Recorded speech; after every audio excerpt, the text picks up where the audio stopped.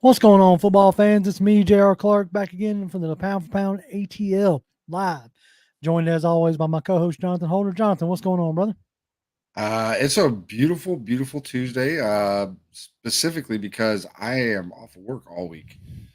There it is. Uh, That's what's up. so, so yeah, had to take a week. So I was like, well, I'll just take it here, and then I got another week coming in a couple months. There you go. But yeah, just hang around the house, do a whole bunch of nothing, which also incidentally just kind of means that I kind of haven't been keeping up with what's been going on Twitter for the last few days. So Come on. I know I've missed some things. That's all Uh, right. Well, we're gonna get into them today, and we yeah. can get your live reactions then Oh yeah. to some of them. Me myself, I've been dealing with the last couple of days a sick kid. Eee. Yeah, that's never fun.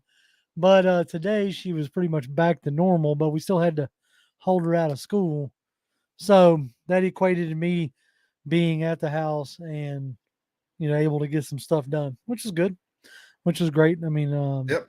enjoying the nice weather these past couple days and looking forward to uh, in a couple weeks having my own little vacation there.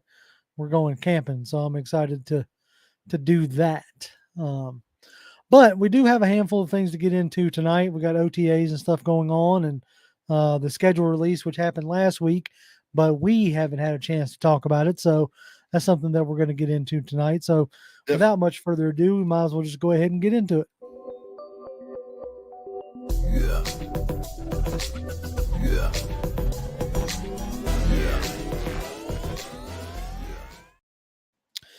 All right, all right.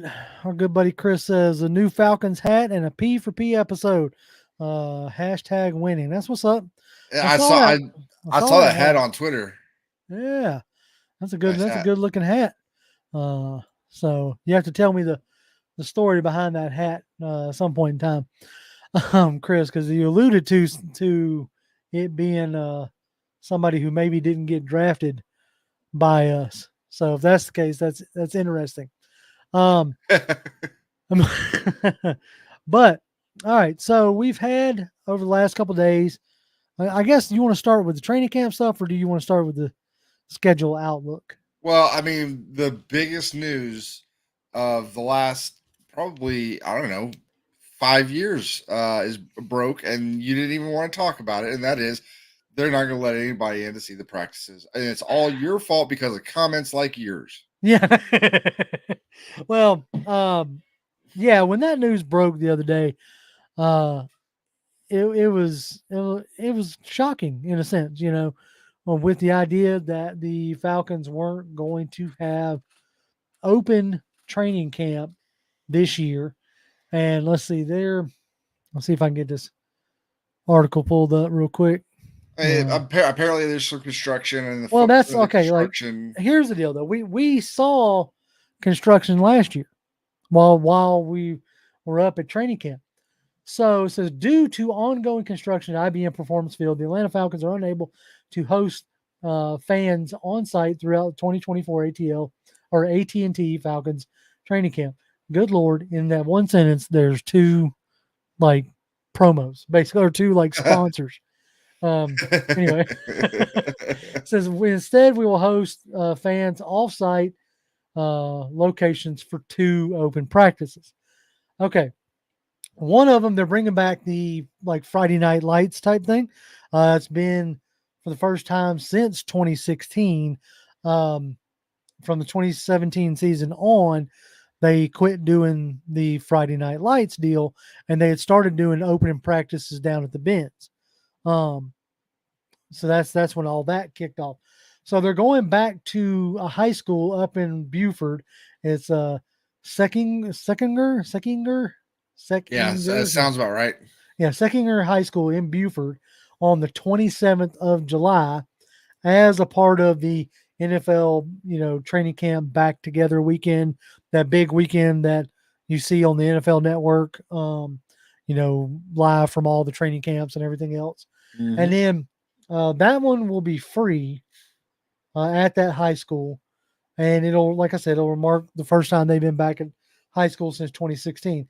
And then the second one will be August 2nd down at the Benz. That's the one that costs like $5, right, to get a ticket. And I checked, that's not up yet for anybody to be able to buy tickets.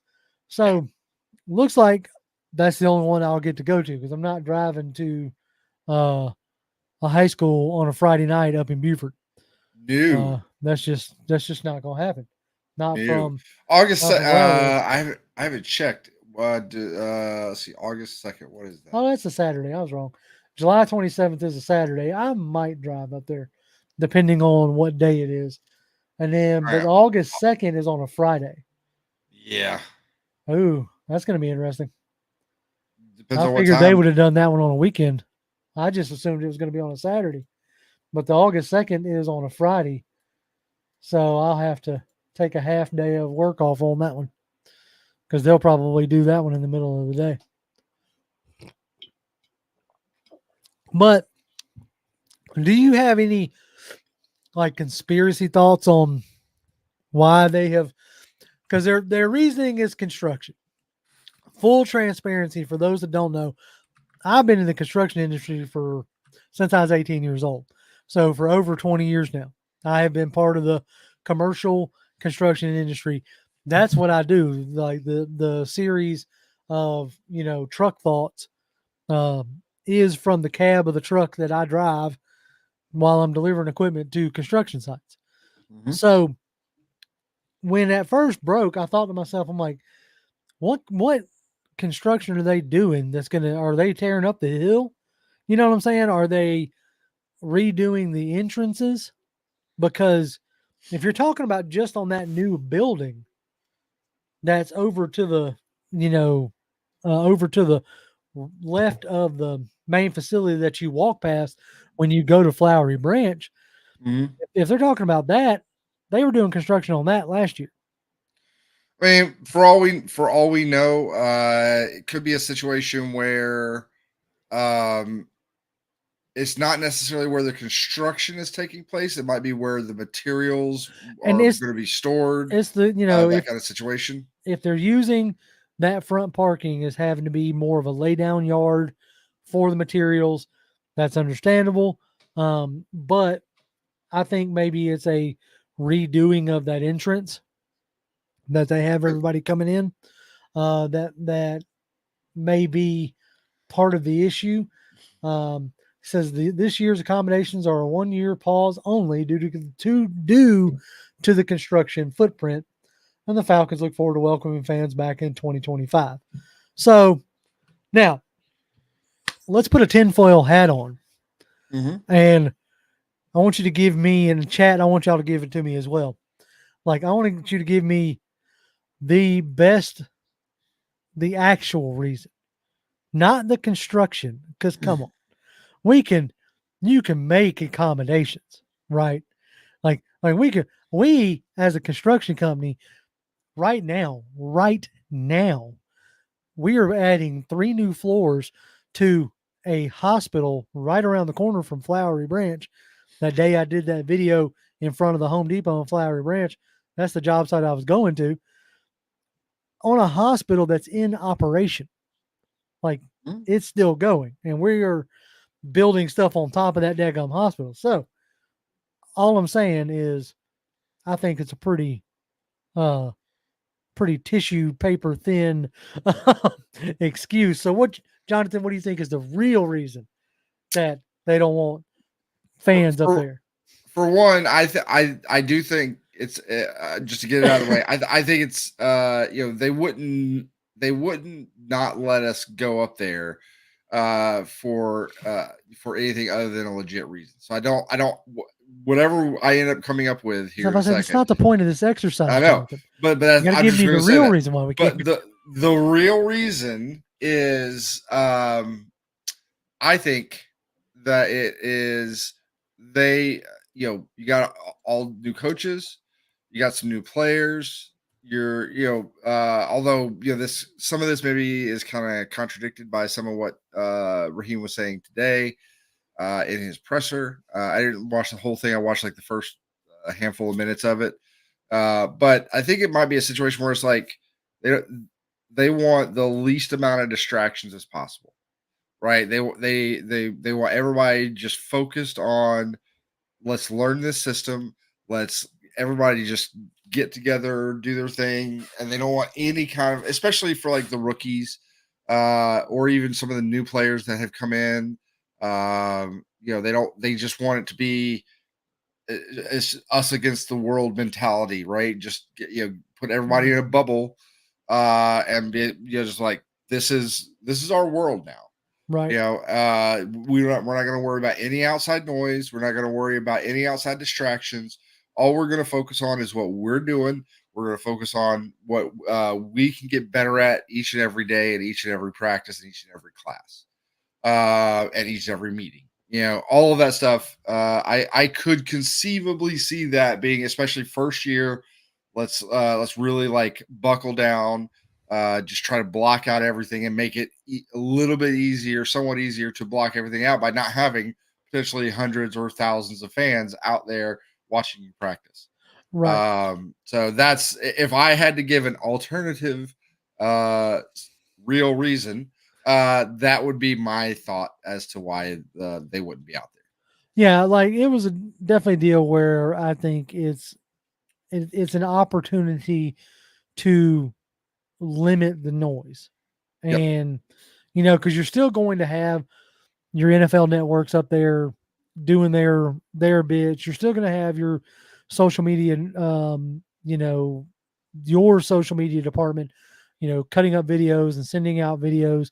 Heck, we're already getting a ton of them, which we're going to get into here in a minute. But you're able to control the narrative. We've already, the team has already been the talk of the offseason with the selection of Penix and the signing of Cousins. It's been all anybody's wanted to talk about, even to a point today where I think it's Sports Illustrated's Monday Morning Quarterback, when they're talking about like something else that each team needs to do this offseason or whatever before training camp. And what they pegged for the Falcons was to find Michael Penix's replacement.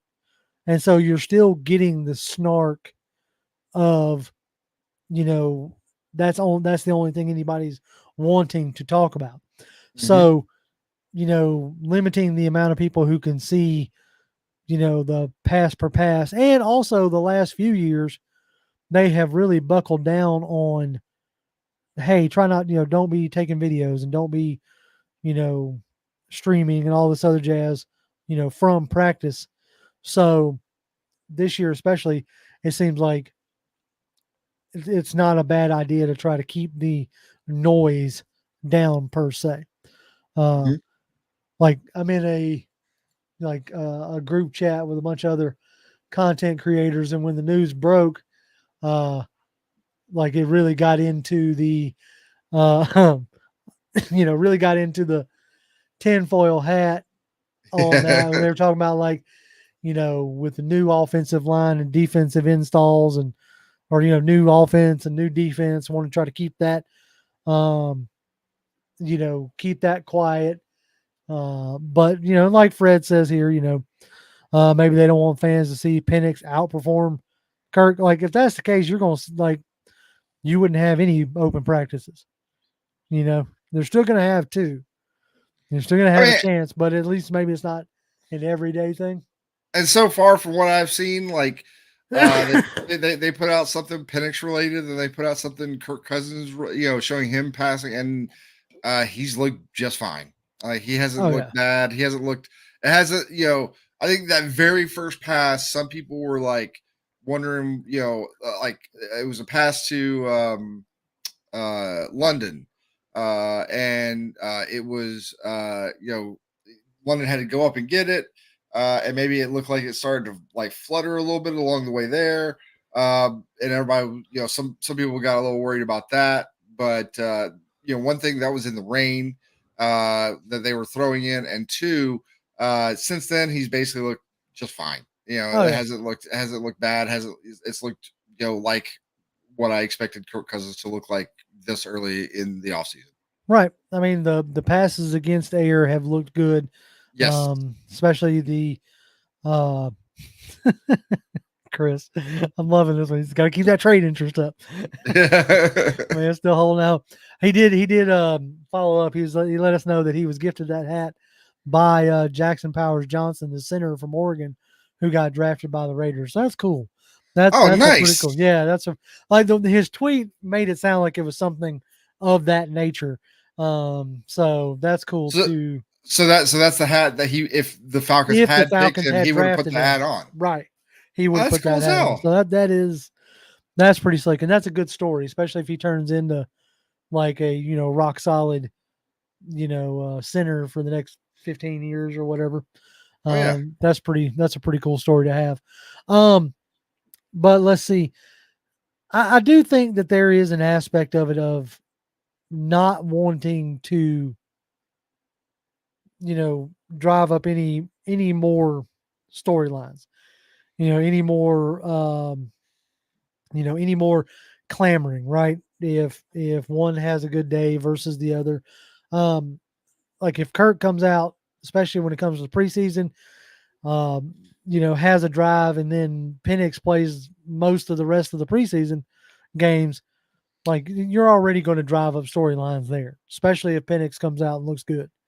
But I do think that the videos that we have seen come out thus far have been like really nice videos. Like I made a comment on the it was today, I believe, about the pass to the one clip that showed the pass to Kyle Pitts, and Yeah. the comment I made, which then I ended up having to go back and forth with some people, but um, the comment I made was Pitts be like, "Wow, a catchable ball," Yep. because like by stats, by the things that people have put out there, um, the past 2 years, those guys haven't received very many. Like the catchable rate has been one of the worst in the league across these past 2 seasons, from Mariota to Ridder to Heineke. So, a ball that he didn't have to contort his whole body and be completely, stretched out for. Now, is that always going to be the case? No, and it was a joke. It was meant to be sarcastic, Yeah. But I do feel like we're going to get to see a better version of Pitts than we have, and London, than we have seen the past 2 seasons, because at bare minimum you should get more consistent quarterback play. Like it may Yeah. not be Josh Allen or Mahomes, but it's definitely better than what we've had the past 2 seasons. Oh yeah. And it's just one of those situations where if we actually believed it was any other reason, I think that would be the closest to what the real reason would be. Is let's just get through this first training camp as a regime, as a squad. Let's get through this training camp. It's first training camp altogether for all the coaches. Yep. Now some of the players are coming, obviously they're coming back from last year, but there's a lot of new players that are still going to be out there. So like getting everybody kind of on the same page and just making sure we're not, you know, we're, allowing everything to happen like that without having to worry about huge crowds looking on and all that stuff, I think would be a plausible reason why. Now, one thing I reading notes today, we were talking about something that I found interesting. It was reading Tori McElhaney's notes from training camp or whatever, and it was the tail end of her deal that I thought was interesting. I want to get your take on it. Apparently, they have like a big jumbo screen on the side that is giving the coaches and the players an instant all 22 view of the play they just ran. And I thought that is slick as crap, to where That is pretty good. they could run the play and then if they want to immediately turn around and look at that screen and see what they did. That's kind of crazy. Like that's pretty nuts if that's the case. Right. I mean that's how she that's how she reported it. And she's like, she was like, I don't know if anybody will care. And I was like, care, dude, that instantly made my, like ears like, perk up as in, okay, when Raheem was doing his press conference today, he was talking about not really trying to change the culture, like, because the culture wasn't necessarily bad from Arthur Smith. And he even said it wasn't bad. But he's talking about like just trying to add his own juices, his own, their own vibes. And Yeah. if you're bringing something like that type of technology, I, for one, have always been, and I know you're the same way, like, I don't view technology as a bad thing. Yeah. No. I view it as something that can help us all get better, at whatever we're doing. And if you can start giving like instant feedback in a visual way, that may help some players see what they're doing, or like, you get a much quicker teach point. You use film all the time in your studies, why not be able to bring it out there onto the practice field as well? So I thought that was um, I thought that was an interesting tactic. And I wanted to get your thoughts on that. Yeah, absolutely. I mean, you know, they already kind of have something similar with the Surface tablets, right? Right. That's kind of what we're supposed to, when they come off the field, like offense comes off the field or defense, but offense comes off the field. That's where you mostly see the quarterback goes straight for that surf, especially if it doesn't end in a touchdown, or even if it does end in a touchdown. They'll go back and look through the plays, even the good plays. But maybe he has something in his head. He's like, there was this one play, something happened, and I wasn't quite sure. Let me go back and take a look at it. Whatever the case may Mm-hmm. be. So they already kind of have something similar. So and that's pretty quick. Like when you consider, you got all this film, and you're having to take that you have recorded, and you got to take that and then immediately put that onto a server somewhere for those Surface laptops to do their thing. Right. So yeah, like that's kind of crazy that they could do that. And then so having something like that on the sideline in a practice, where you don't even, you just, hey, come over here, let's take a look at this real quick. Boom, boom, boom, boom, boom. Right. Yeah. That's awesome. Yeah. You can have that right off the rip, and I think that's a great use of technology.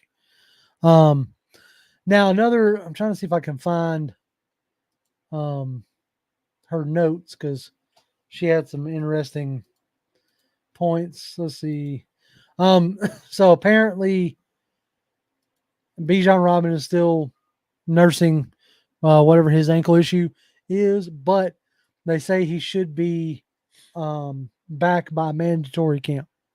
So that's Yeah. good because that's even before training camp starts up. Another bit of news. I don't know if we consider it like big news, but the Falcons released Adi Ogundeji, Yep. Saw that. uh, outside linebacker, former fourth round pick under the first pick for Terry Fontenot. Yep. So out the first draft, Kyle Pitts, I think like Kyle Pitts. Richie Grant was in that draft, wasn't he? Yes, Or he was a yeah. second round pick. Yes. So past that, Avery Williams is still on the Yep. roster. Okay, but I know obviously Jalen Mayfield got released. Darren Hall's been released. Adi Ogundeji's been released. So that first draft, not so. Yeah. Not It is what it is, but like, if you have three guys, let's say half the draft, essentially, because I don't know all of who, but roughly half the draft still on your squad. What, 4 years later, mm-hmm. then that's not too bad. We always talk about like, everybody hits and misses, and Oh yeah, you're going to make, maybe you make up for some drafts by hitting on more than half. Other drafts you maybe hit on less than half, and so it all evens out to probably on average, it's like a 50-50 shot any one player that you pick is going to work out. right. So if that's the case, then that kind of lines up with what I generally see. So, keeping along with the um, practice, training camp stuff, it was announced today that the Falcons will hold joint practices with the Miami Dolphins. The Dolphins are doing with like 3 different teams. They're doing with everybody they do preseason with. Yep. The Dolphins are. So which when that's that got that tells me they're not playing any of their starters in the preseason. Probably not. That's That's what that tells me. Yeah, that they don't want to run out their starters. They'll look at them in practice and in a more controlled environment and leave it at that. But so that'll be good to. I've always thought joint practices were good, especially, and I imagine you're going to see even more of them with like the lesser amount of preseason games. I heard a comment from Roger Goodell on the Pat McAfee show talking about he envisions a like 18 game season. He himself says he doesn't like the preseason. And it's probably because you don't sell as many tickets.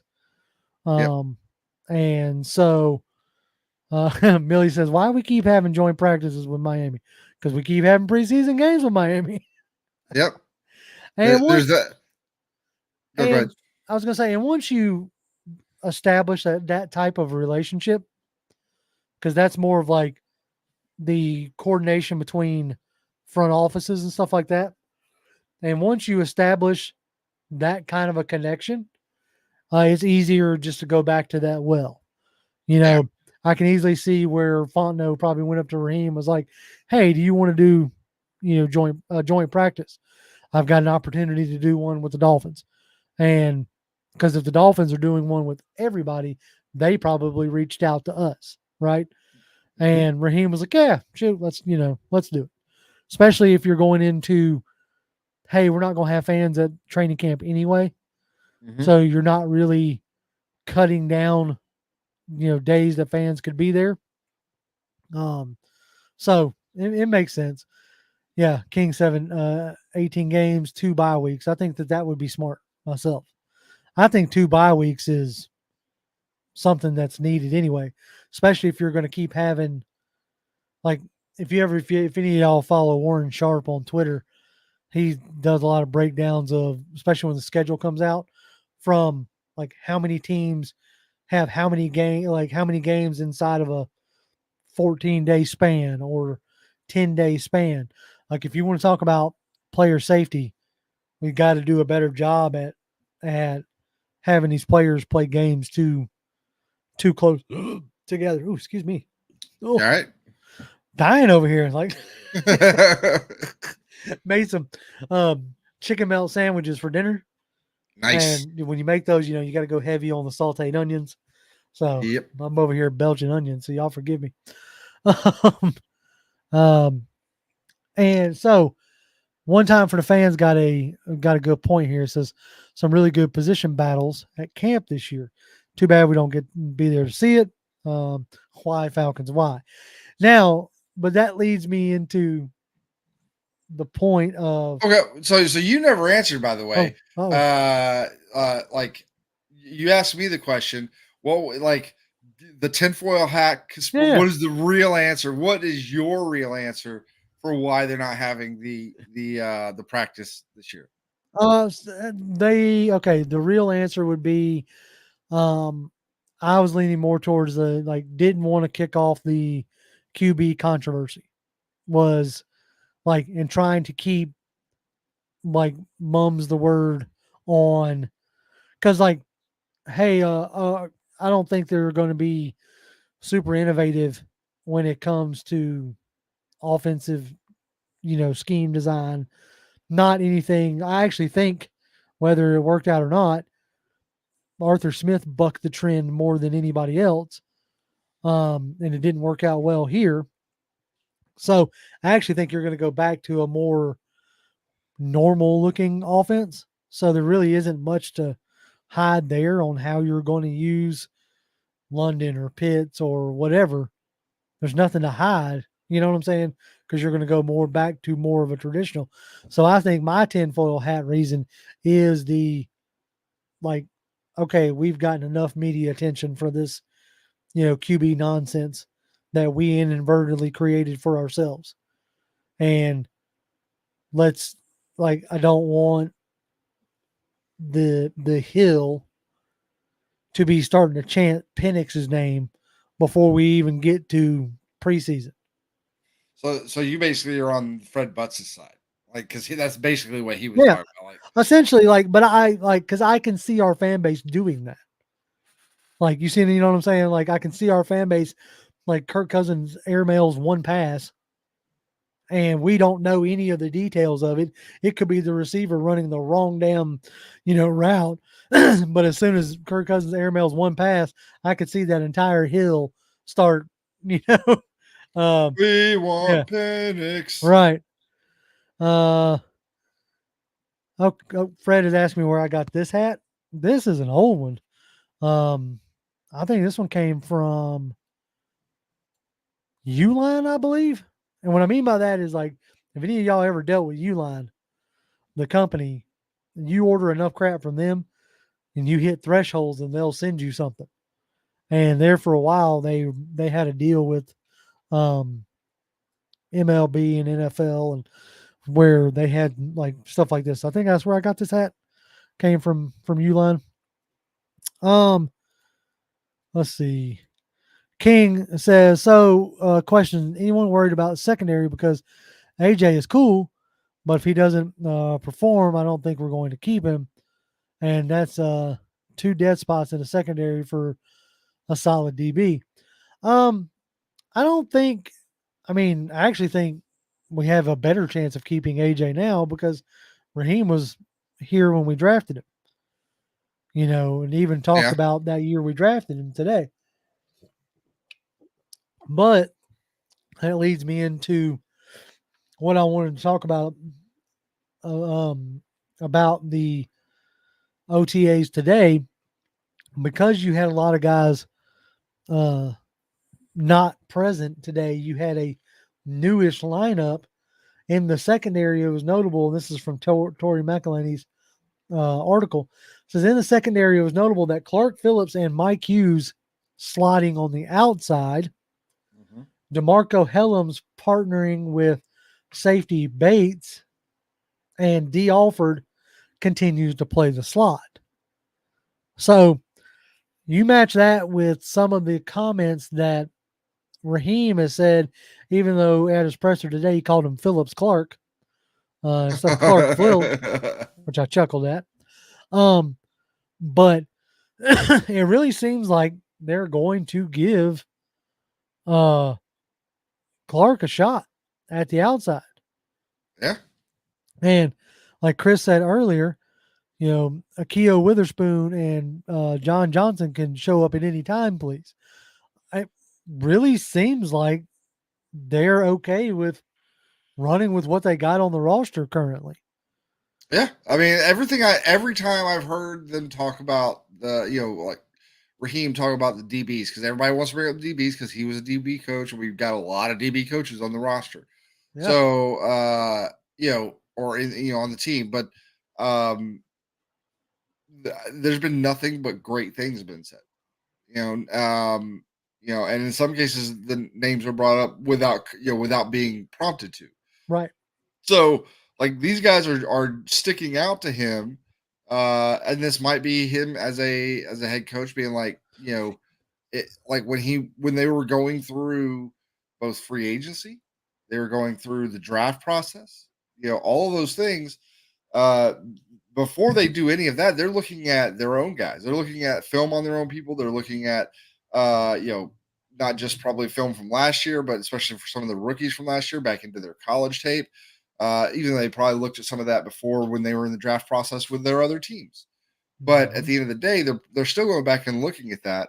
And the only thing I can conclude is that through that film study and research into who we currently have, they felt confident so that was not a super priority through either free agency or through the draft. Right. Because as Chris stated, Akil Witherspoon and John Johnson are both still sitting out there. Yep. And for that matter, Like as far as the safety is concerned, Justin Simmons is still sitting out there. And yes, I know currently right now we don't have like a ton in cap space. I'm gonna get the exact number. Let's see. Right now we have 6.8 million in cap space. You picked up 3 million by releasing Audi, but um, like Grady and Jake and all those guys are still there for at any point in time they could restructure. Heck, they could even extend AJ and drop his cap number this year Yeah. and open up more cap space. So if they wanted a guy, they have ways to do it. I have not seen a Steven. Chris has thoughts on a Steven Nelson rumors. I haven't seen any Steven I Nelson haven't heard. rumors, so I I haven't seen haven't. that at all. Yeah, I don't I have mean, any. unless it just came through like I said, last 2-3 days or so when I kind of haven't really been paying a whole lot of attention. No, But I've been paying attention but to it. if Like I haven't but if you're nothing. yeah, but if you're not hearing it, then I definitely wasn't I hearing haven't it. seen it. So Chris, you're gonna have to like link me that one on Twitter or something, where that came from. Um, and so yeah, I mean, you've got restructures that you could do. You got extensions that you could do to AJ. You could do some, different things to create money and um, get a guy, get anybody else that you wanted in here. Like I myself would absolutely love for the next like year or so see Jesse Bates and Justin Simmons in the backfield. Like if you're really gonna run a too high shell that I feel like they're going to run. I've been doing a lot of like reading and listening on like the Fangio system, and Yeah. if that's where we're going, having somebody like a Justin Simmons who has experience in that system to pair with Jesse Bates would be amazing. And even if it's for Yeah. a year or two, like because I know he's only, uh, you know, I know he's 30 or 31, so it wouldn't be like a long term answer. But he was still playing at a pretty high level last year. So him still sitting out of the market, he must be like, I'm waiting on a like contender, to come call it. Yeah. It's Uh, possible. King says the reason I say this is because AJ has not gotten better than his first year um, much, and he's going on his fifth year. Um, I'll be interested to see what he looks like this year in this particular season or in Uh, this particular system. if he struggles this year, even if it's just a struggle to start the season, then kind of finishes kind of like he did last year, where he started off a little shaky, but he settled down and was really good for just about the rest of the season. After the first like 3, maybe 4 games, Mhm. he was good for the rest of the year. If he has another one of those kinds of performances, if we don't do an extension before the season, then there's a good chance that we could still get him before free agency next year, sign him to an extension, but he might be able to get him at a better price. Well, I think your uh your best chance to get him at a better price would be this year. Likely, yes. I mean that You now know, granted, if he wants to do the whole I'm gonna bet on myself thing and comes out and has his best year as a pro, then yeah, you're gonna pay through the nose if you want to keep him. Emmanuel Brown says can never trust a contract here. No, I don't. I mean, Hey, I'm right there with you on that one. I thought we should have extended him last year. I kind of thought so too. So yeah, Tony's like, good evening, gents. I watched Raheem's press conference today, and one of the things I took from it is Troy Anderson will be playing inside linebacker this year with a little bit of outside linebacker. Yes, with their it's something I was getting into with Raheem's use of the like penny front, the 5-1 front. I can easily see Troy Anderson being that coverage outside linebacker that you will occasionally send in 5-man pressures. So like I can see him getting mixed in there. And to note on Tori's her article says says She says, I do want to zero in on that position too, talking about inside linebacker. If you read our OTA report from last Tuesday's practice, you'll know I made note of the depth at inside linebacker with Caden Ellis, Anderson, and Landman. Also, recently adding JT Bertrand. I said that, and this is her, she goes, I said then that it wouldn't be uncommon to see them mixing and matching at that position. And it happened this Tuesday. In 7-on-7s, Ellis and Anderson spent the first session with the ones, while Landman and Bertrand were with the twos. Those pairings stayed relatively consistent as the team moved to 11-on-11, but as that period went on, the inside linebacker duos would trade out, playing with first and second team secondaries.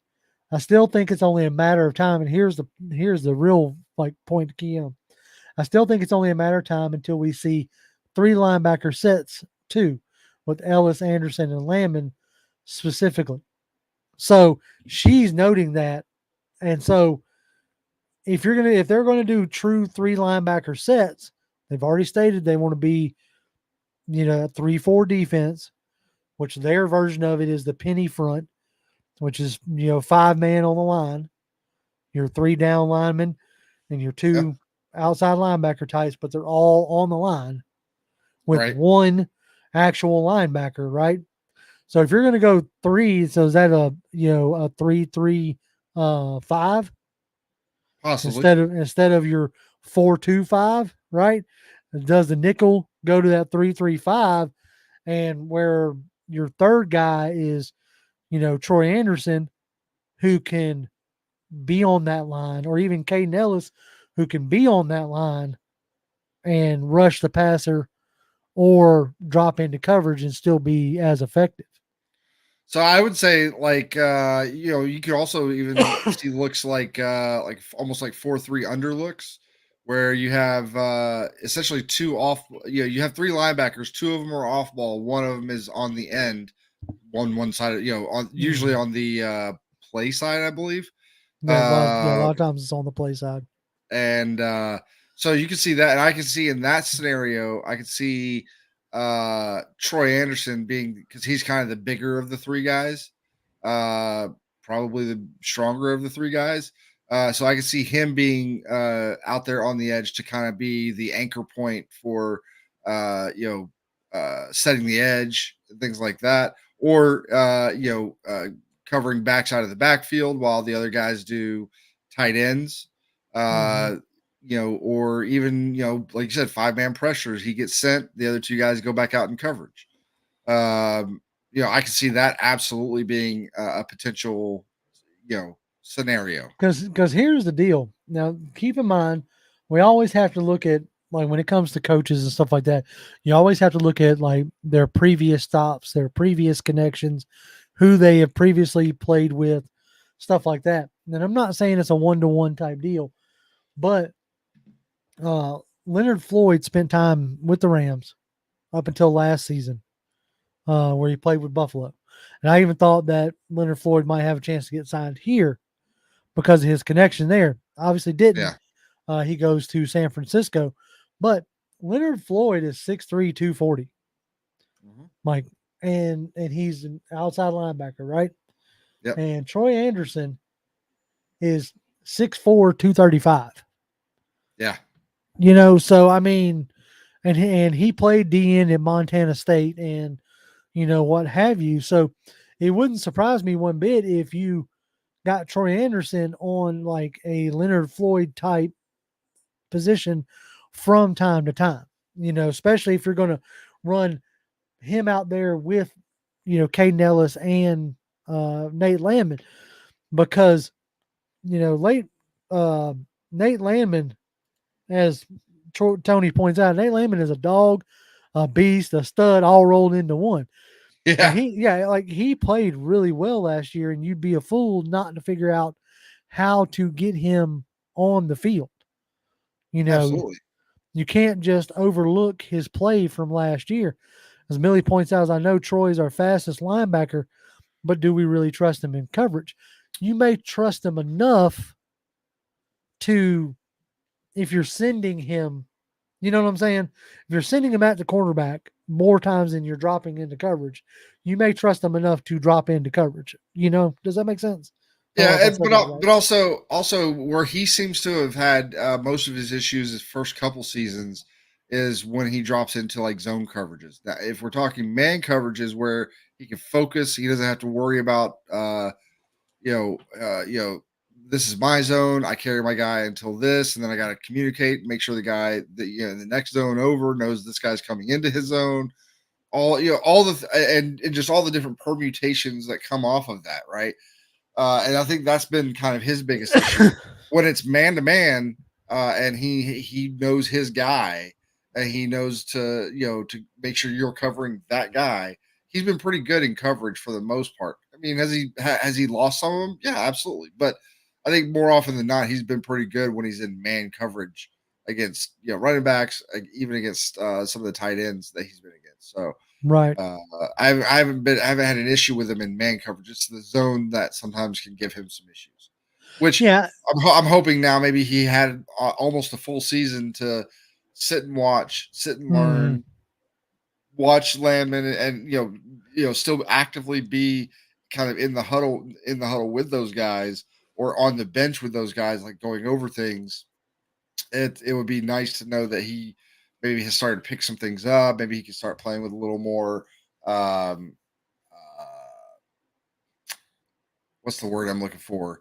Uh, uh, like intuitiveness, Oh yeah, like intuition, yeah, instinctive. instinctively. Play Yeah, with play with a little more instinct. yeah, Um, yeah, and I'll be interested to see once we do get to see them on the 2nd of August. Um, how they are deploying. That's one of the groups that I'm looking at. It's the linebackers and it's the cornerbacks, right? yep. Um, they talked about. She talked about in her article um, that when says as we know, the defensive line rotation can sometimes look like hockey lines. So on Tuesdays those lines had themes. The first group featured veterans.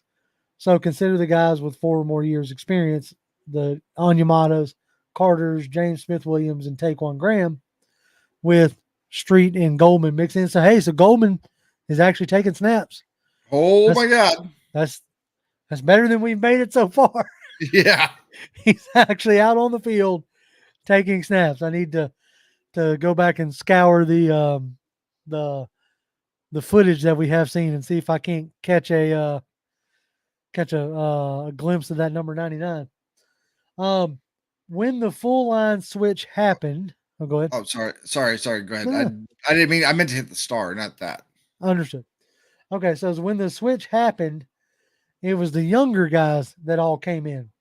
Think Ebiketie, Zach Harrison, Rook Aurora, Braylon Trice, with Dorless and D'Angelo Malone rotating in. Nice. So that's the first time hearing his name. She goes, I found this to be an interesting way to handle the rotation. Now, was this rotation consistent throughout the entire practice? Not really. Will it be consistent beyond OTAs? Probably not. It was consistent enough for her to mention it. Yeah. So, and then our good buddy, friend of the show, who I was trying to get on, but he's got a Atlanta United game going on tonight. But he noted that it looked like Zach Harrison had put on some weight. Yeah. You talking about Joe Patrick? Yeah, Joe Patrick had noted that Zach Harrison had put on the weight, which he said was always the plan. Hmm. So that doesn't seem like it was anything that this staff had necessarily directly asked him to do. Yeah.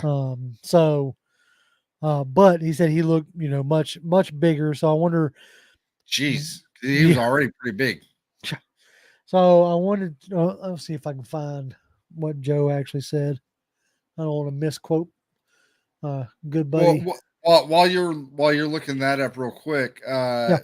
Tony Wright's like talking about Trice is 6'4", 255. Do believe he will lift the outside linebackers and have an immediate impact, which will rub off on D'Angelo Malone. Stay tuned. Like I'm glad to hear that in what you were talking about before, which I see it now. Hearing his name called out in any kind of good way, Right. or at least mentioned, is a step up from last year when he was a ghost. Completely. But I will say this: I would love so much for D'Angelo Malone to come out this year and really show what he's got. I just don't know if that's ever going to happen because I mean, guy's been it's here. tough. Yeah, it's tough for him. You're going into your third year where you're now on your third defensive coordinator. Like you went from Pease to Nielsen, now you're on to Jimmy Lake. Yeah. So that's and you're not this coaching staff's guy. So he's really gonna have to show it. Joe Patrick said D-line Zach Harrison looked noticeably bigger to me standing next to him. He said has indeed put on weight, which he added was always the plan heading into his second season. He said he's played all over the line so far in OTAs. No surprise, as versatility up front is a priority. So that's good to hear about Zach Harrison, who was starting to come on at the end of the season. Yes. So yes. Yeah, I'm really excited to see what he can do this coming season. Hopefully, he takes what he did last season, and then rolls that up and really absorbed it and come out this season and kind of start off the season where he left off last season. If he can do that, then I like what our defensive line can look like. All right, well, let's go ahead and transition into talking about the thing that we didn't get a chance to talk about last week, which was the scheduling. So let's get this up here, and let's make this a little bigger so everybody can see what's going on.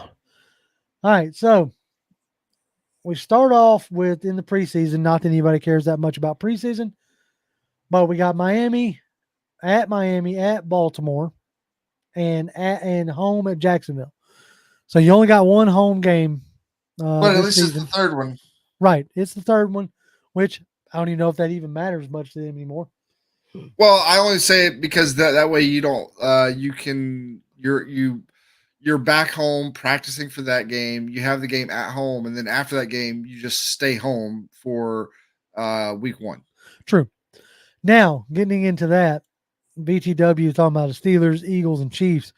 We got a chance to make a statement. Oh yeah, or it's got a chance to look like a dumpster fire. But anyway, I mean, if we come out of if we come out of that, like honestly, I think as long as we come out of that at least 1-2, right, then I'm okay with it. I think the most likely spot for a win is probably going to be Pittsburgh. Pittsburgh. You open at home against Pittsburgh, against the Arthur Smith revenge game. And so right off the rip, this is the one you feel like pretty good about because yes, both teams are installing a completely new offense from what they ran previously, but you feel like that you're going to go into this with a better QB. Yep. Depending on who wins out there in Pittsburgh, if you get Russell Wilson, him in a Arthur Smith offense is going to look interesting, like either one of them really. Yeah. So then you go on the road to Philadelphia. That's going to be tough. It's going to be and it's a Monday night game. Yeah. So right off the rip, you got Kirk Cousins in prime. We got like 3 primetime games in the first 5 games, don't we? Oh yeah, and look, primetime ain't been too friendly to Kirk Cousins. Okay, it's because he was out in Minnesota. Minnesota doesn't count. He also wasn't very good in primetime in Washington either. So that's been a thing that has followed Kirk Cousins. It's Washington. It doesn't count. Well, we're going to see because you go on the road to Philly in week 2. Yeah. That's going to be tough. Yeah, that's going to be tough. Then you're at home. Yeah, you're at home Sunday night against the Chiefs. Another primetime game at home, but it's against the Chiefs. Now I will say, if I was going, I still think that we probably lose to the Chiefs, but But if we're going to get the Chiefs on our schedule this year, I would say getting them earlier in the season is, if we look at last season, earlier this season there were some kind of it was right. It was kind of a rocky road for them to start the season. Now they Right. obviously got their ish together, but early in the season they weren't looking necessarily like the Kansas City Chiefs. No. So if I'm looking for a silver lining somewhere in this is that we get them early in the season. We're not getting them in Kansas City late in the season when it's when either they need a win or they're getting tuned up for the playoffs or whatever, and maybe you got to deal with snow or any of that BS. We get them here. We get them here in Atlanta inside of Mercedes Benz. And we get them early in the year. So if I was looking for a silver lining, that would be the silver lining. Let's see. No, I don't think we did. We came close though. Yep. Millie points out Philly's learning a new scheme too. Yeah, Kellen Moore is a new offensive coordinator up there. They're not going to be clicking yet either. He's saying 2-1. We'll see. I mean, do we think so? Kellen Moore came from Dallas, right? Dallas via the Chargers. Like he was in Dallas for a while, then went to the Chargers last year, and then when they cleaned house, he obviously did the So do we think that they're going to go to somewhat more of a Dallas / San Diego style offense from the past few years? Because that would be a pretty big divergence from what they've been doing, which is almost exclusively like shotgun. Yeah, they get under center like for the tush push and all that jazz. Right. But outside of that, it was all shotgun. It was all RPOs and like you would get your downfield passes, but there was a lot of like dink and dunk stuff, like RPO hit slant, RPO hit and out, RPO hit the end. That it was a lot of real quick hitting stuff, and then they would pepper in some of the deeper stuff later on as well. You also got to think like they just lost Jason Kelsey too, who handled a lot of line stuff. So that'll be interesting. Who do they have? Did they bring in a big time center or anything? I can't remember exactly. I don't know. I can't remember exactly what they did there. All right, then we go into back-to-back home games. Back-to-back home games. But nice. You get New Orleans at home. Okay. That's a toss-up, right? It's New Orleans, so it doesn't matter. Right. We could be trash. That's what I'm saying. It's great, exactly. And it's going to be close almost all the time. Then you come off of that with the Bucks, which will. I mean, that'll be tough unless Baker Mayfield becomes Baker Mayfield. Unless he goes back to being Baker again. Well, unless he goes back to being Baker pre-LA Rams. Right.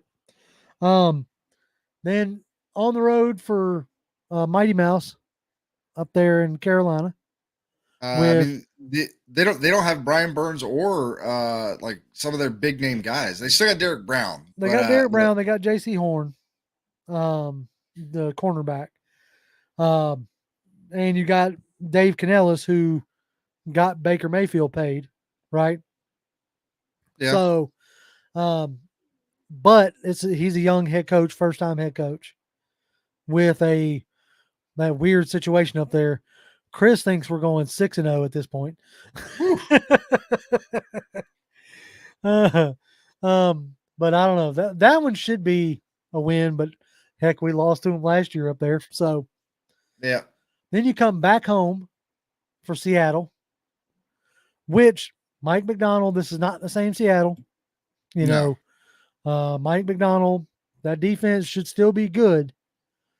I just don't know what they're going to do on offense. Right. I mean, it's still Geno Smith show, right? Yes. So within 4 games, you play Tampa twice. I mean, get him out of the way. Fine. I don't want to see him at the end of the year. Yeah. So then you got the Cowgirls, which is going to be on Nick's birthday. Nice. So Nick's going to be at home watching the Congratulations on the birthday present, Nick. right? But you've got, I mean, the Cowboys At, have been playing at, le- well in the at least regular they, season. at least they come here though, because like I think I want to. It feels like the last billion times we've played them, we always end up going to Dallas. So they're Right. finally coming here. Yeah, and the last time they came here is when you had the Adrian Claiborne 6-sack game against Dak Prescott. Yep. Yeah. So, You look at the end of the season, it was like Adrian Claiborne had 8 sacks for us, or something like 9 sacks, or something. Like, man, that was pretty good. Then you go looking at the actual like breakdown. It's like, oh, he got 6 in one game. yeah, 6 of them in one Oh, game. Yeah, exactly. Week 10, you go to New Orleans. Yep. Then you go to Denver. That should be a and win. Then you get a bye week. That's a midday game. Let's see. Midday game. 4:25 on Carolina. Normally the 4:25 games are the West Coast games. Yeah, I know. That's interesting that it's a East Coast. I didn't notice it before, and that's the only reason why I'm going back. The first game against Week 5 is another primetime game. Yep. So anyway. I want to say the New Orleans game might be the first game that we start at 1 p.m. Well, our very first game is 1 p.m. No, hold on. Yes. Oh, okay. Never mind. 1 p.m. Then it's prime time, 1 p.m. Okay. So, okay. Tony's letting us know last year they had drafted Cam Jurgens in 2022 to replace Jason Kelsey. So, okay, he's been studying. Gotcha. All right. Anyway, back to bye week. Jason Kelsey. That's a late season bye. I mean, depending on like how things go in the first 11 games, I want to say, looking at that schedule, I think a fair thing, a fair look at that would be either it's going to be 7-4 or 6-5. Like that's what I personally think. Yeah. But I think 7-4. I mean, could you conceivably be 8-3? Yeah. I think you're probably 1-2 after the first 3 weeks. So if that's the case, then you're going 7-1 the rest of the way. Could you? You're playing New Orleans twice. You're playing Tampa Bay twice. Right. You're playing Dallas. You're playing Seattle.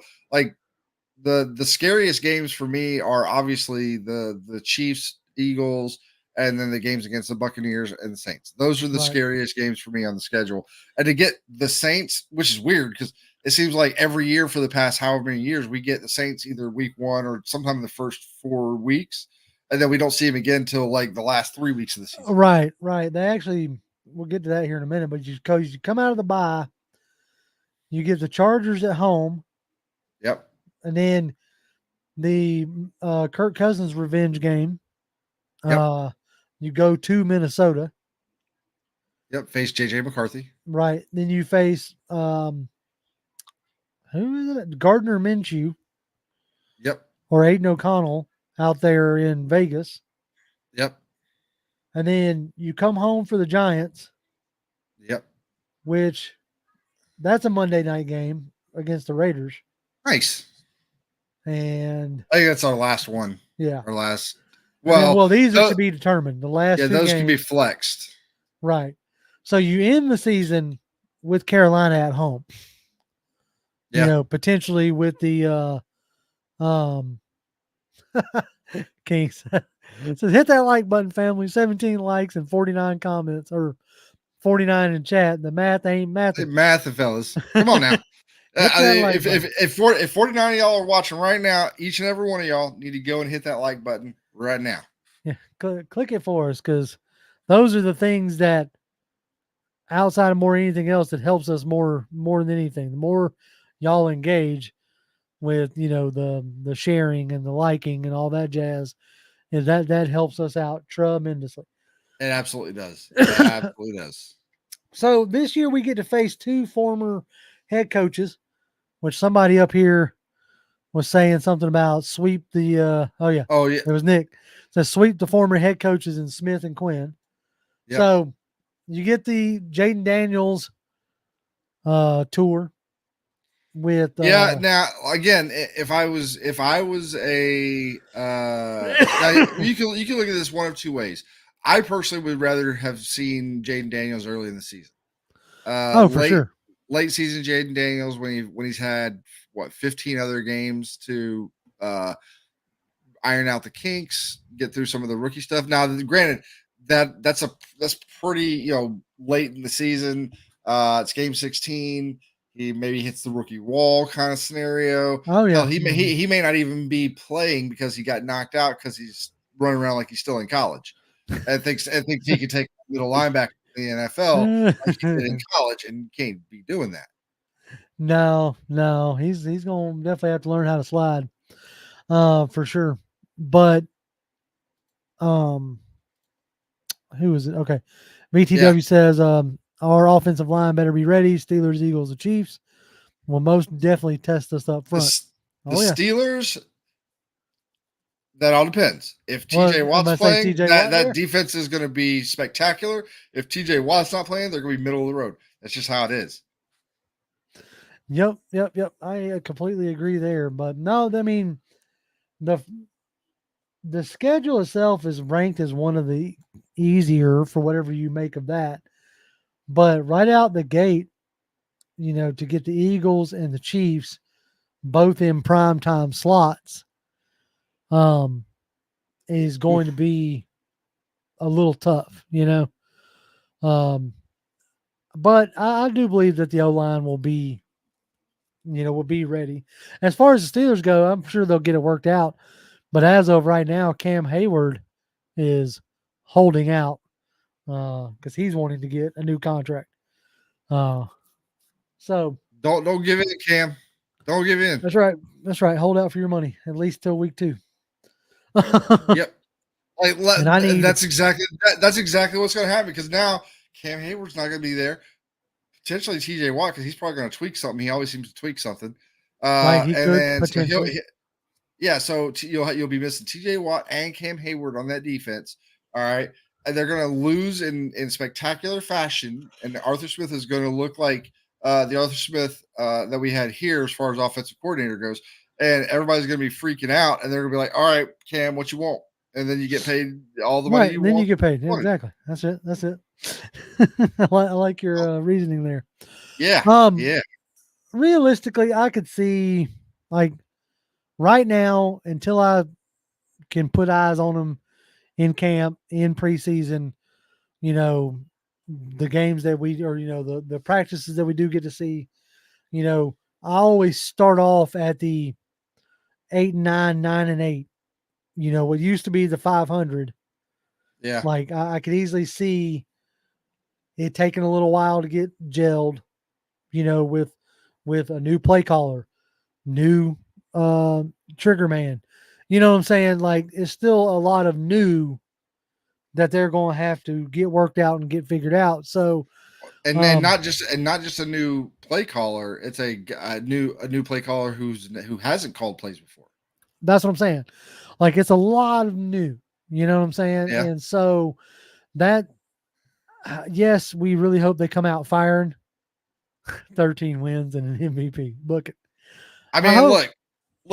like I said, and I've said this before. If Kirk Cousins comes out and plays to the level that he was playing last year before his injury, and we get that Kirk Cousins, that exact one, just this year, I mean, I don't see why he couldn't win MVP. Like he was on track.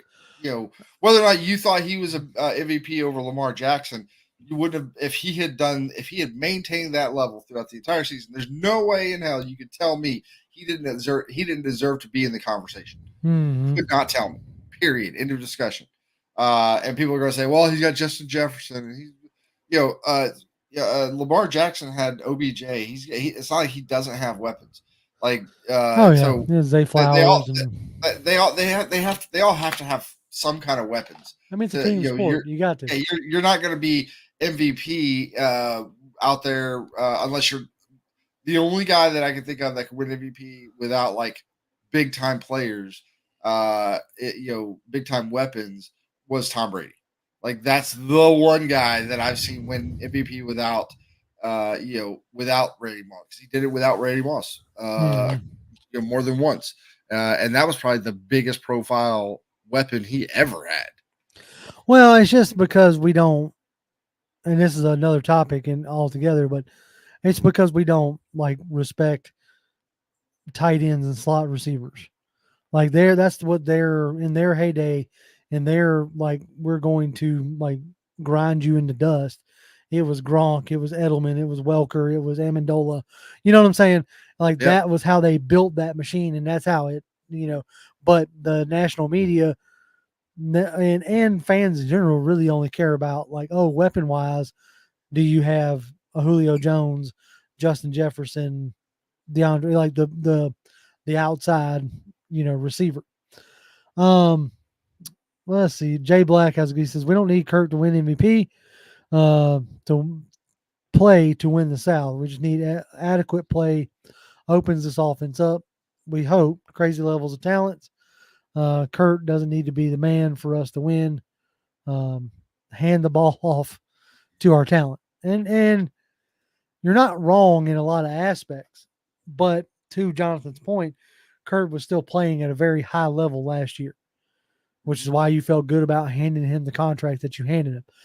As long as he comes back and is playing close to that level again with the talent that we do have in Kyle Pitts and Drake London and the auxiliary pieces from Bijan to Darnell Mooney, it should be like it was in Minnesota for him. Distribute the ball to your playmakers, let them play. Um, let's see. Oh yeah, the the Pittsburgh O line is a good O line. I mean, we'll see that O line was trash last year, and if all you did, I don't know, I have no idea what else they did. Okay, but that O line last year was trash, and if all you did was add a admittedly really good, or at least we believed. I mean, we all thought Jalen Mayfield was going to be really good too, but we saw how that happened. But this guy is supposed to be really good. I will give him the benefit of the doubt. You put a really good rookie in at right tackle. If all the rest of that O line is the same O line that was really bad last year, could they turn it around? Sure. Uh, could they be better than last year? Absolutely. I don't. How much better? I don't know. But we'll see. Yeah. No, let's see. Henderson is asking us a question. Says, what do you see from the three former number one draft picks? I actually kind of see them showing you why they were drafted in the first round. Like these past 2 years, from Pitts getting hurt and inadequate QB play, because like I don't know, I'm trying to get it pulled up. Dadgummit, that's not what I wanted you to do. I mean, I'll just say that what I expect from those three former first round draft picks is to uh, make life as easy as possible for Kirk Cousins to succeed. Right. Like that is what and with the talent they have, they should be able to make this a relatively smooth experience for Kirk Cousins to just be able to exactly like what Jay Black said. It was like handed off to the talent, whether that's actually handed off to Bijan or Tyler or hand off as in let me just get this ball out of my hand through the air to my playmakers and let them go and make plays. Right, because like in Drake's first two seasons with Mariota / Ritter and Heineke throwing him the ball, he's got 1,700 yards on 141 receptions, and with a yards per reception being 12.6 yards per reception. Like I expect that to go up quite a bit, or I expect his touchdowns to go up. I expect his yardage to go up because Cousins can put the ball where it's supposed to be. Yep. King says, "All right, who has the most success with Kirk? Pitts or London? Who you got? Who you got, Jonathan? Pitts or London?" Why not both? Well, you got to Yeah. pick one out of those two. Who has the most successful? Out of those two, I think I I think it's probably gonna be Pitts, simply because I think he's got more room. There's more room for him to improve off of the last couple of years, really. But he will be perceived as more successful coming out of this season than I think Drake will. I think Drake will be very successful, but I think when people look back on it, they're going to think that Pitts, or they're going to, in their minds, they're going to say Pitts was more successful simply because he looks more like the guy we thought we were getting at coming out of the rookie year. Because put to you like this, depends on how the offense gets drawn up, but then Kirk's last full season, Justin Jefferson had 1,800 yards, and he had 8 touchdowns. T.J. Hawkinson had 519 yards with 3 touchdowns. It depends on how they get used, in the scheme itself. The scheme for that LA used, and obviously Kevin O'Connell comes from the same type of scheme. It doesn't necessarily feature the tight end in the way like Kansas City features Travis Kelce. Or for a time, we featured Kyle Pitts. Or, we featured tight ends in general the past few years. So I'm going to be interested to see how Zach Robinson goes to use Kyle Pitts. Does he get him incorporated more like a wide receiver? Treat him more as a number 2 target versus Darnell Mooney being a number 2.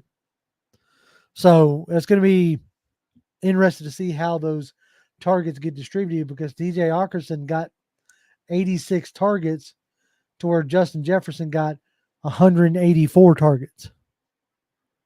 You see and then if you look at last year with the Rams, let's see, LA night, yeah. Sorry. That's not what Nick over here. Pitts super rookie. Let's see. Los Angeles Rams. Here we go. That's what I wanted to see. So last year, the last place that Robinson, or the only place Robinson has been, their tight end Tyler Higbee, which is their number 1 tight end, he had 70 targets for 495 yards and 2 touchdowns. So, but Cooper Kupp and Puka Nacua had 160 targets. That's a lot more than Tyler Higbee. That's double. And then you add in Cooper Kupp. Cooper Kupp had 95 targets. So it just depends on how they distribute the ball as to where you consider, Pitts. Now, if Pitts becomes like a red zone matchup and a red zone nightmare, and Darnell Mooney's taking the top, you see what I'm saying? As long as it's all working in concert, it just depends on how you want to classify success, I guess you could say. Yeah. There needs to be a lot of scheming, to get guys into favorable matchups, and exploit the weaknesses of the defense. Like, that's something we haven't really had for in an offense since Shanahan. Like, that's the thing that the great offenses of the NFL do. Now, in some cases, they have such a great amount of talent in their weapons that they don't really care to scheme. They just like, my guy is obviously better than your guy. He's just going to beat his man every single time, and so I'm just going to go to him. And that's kind of the brute force method, right? But when you look at teams that don't necessarily have that magnitude of talent, they have good guys. It's not that they don't have talent; they just don't have that magnitude, right? Mm-hmm. 99% of the time, the reason why those offenses are as successful, the really successful offenses, It's because you're doing things like different motionings and formations to get guys on the defense out of position as much as possible to where either well it might be the guy they want on this guy, but they would usually prefer to have him covering him closer to the line of scrimmage, like not out wide. So you get him out wide, get him in space. Maybe he's not as good a defender. You get him inside where everything's kind of muddy and people, things are not. There's not as like the crisp route running that gets out there. It's a lot more hands on. Then they're better in those scenarios.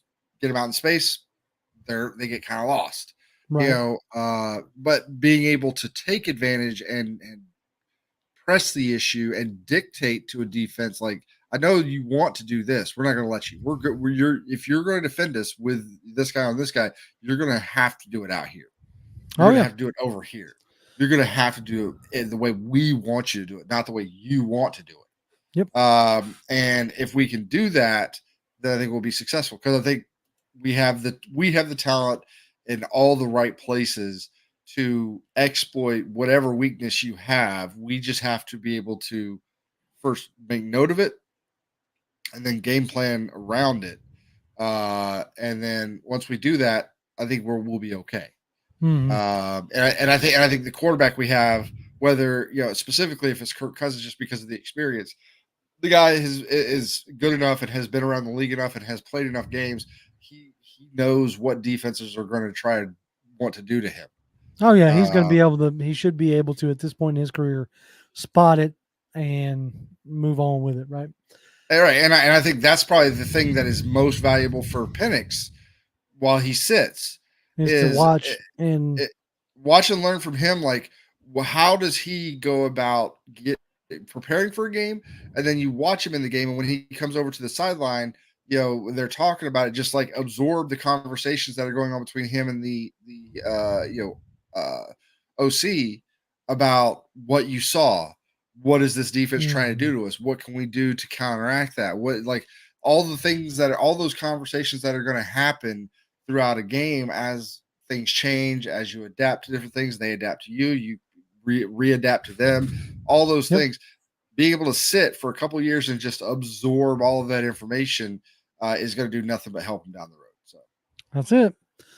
All right, folks. Well, I think that pretty much wraps it up and covers it for today. We will definitely be back live next Tuesday to talk about more OTA stuff and cover that kind of deal. I will probably be live Saturday. I don't know exactly what time. Somewhere between 1 and 3 o'clock. I'm going to say 1 to 2 o'clock.